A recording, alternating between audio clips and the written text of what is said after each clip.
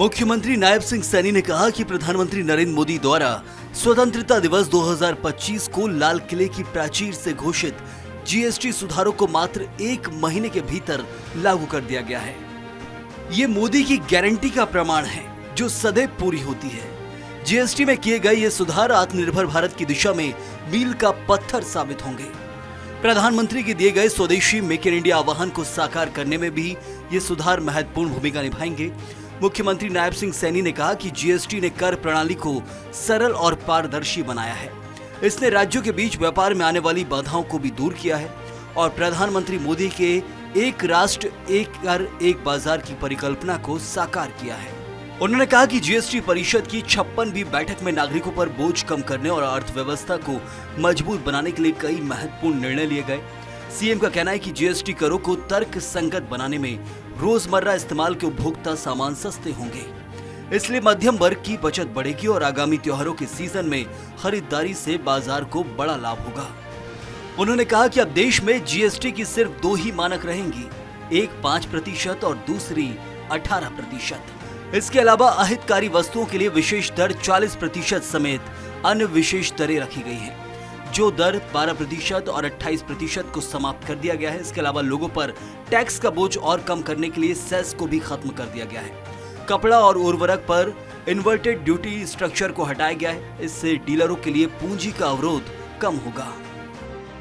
नागरिकों द्वारा सामान्य रूप से उपयोग की जाने वाली वस्तुओं पर जीएसटी दरों को कम कर दिया गया है और कुछ पर इसे बिल्कुल ही समाप्त कर दिया गया है, 0 कर दिया गया है। बहुत सारे ऐसे सामान हैं। लोगों पर टैक्स का बोझ और कम करने के लिए सेस को भी समाप्त कर दिया है। इसका बड़ा लाभ आम जन को, आम व्यक्ति को मिलने वाला है। मुख्यमंत्री ने कहा कि पंजीकरण प्रक्रिया को सरल बनाया गया है। इससे कम जोखिम वाले आवेदकों के लिए 3 दिनों के भीतर स्वचालित पंजीकरण हो सकेगा।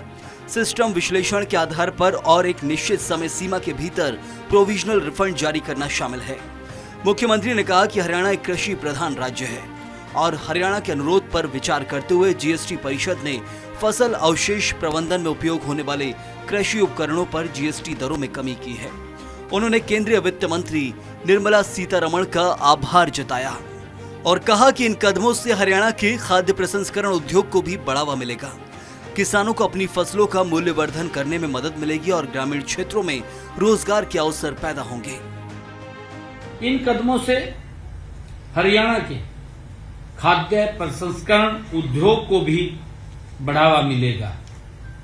किसानों को अपनी फसलों का मूल्यवर्धन करने में मदद मिलेगी और ग्रामीण क्षेत्रों में रोजगार के नए अवसर पैदा होंगे।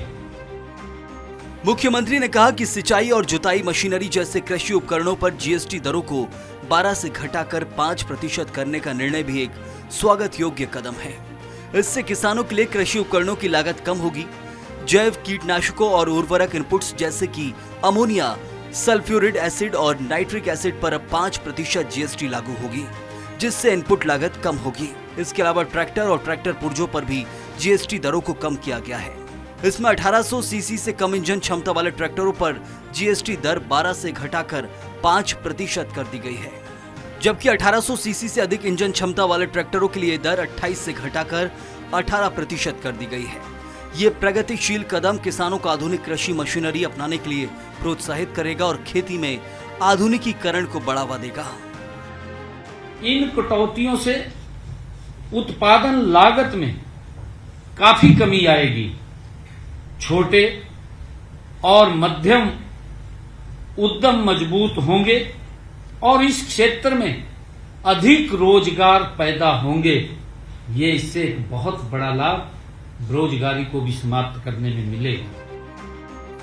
मुख्यमंत्री नायब सिंह सैनी ने कहा कि सौर और अन्य नवीनीकरण ऊर्जा उपकरणों पर जीएसटी दर 12 से घटाकर 5% कर दी गई है। ये कदम स्वच्छ ऊर्जा के उपयोग को और बढ़ावा देगा, तो वहीं जीवन और स्वास्थ्य लाभ पर जीएसटी 18% से घटाकर 0 कर दिया गया है।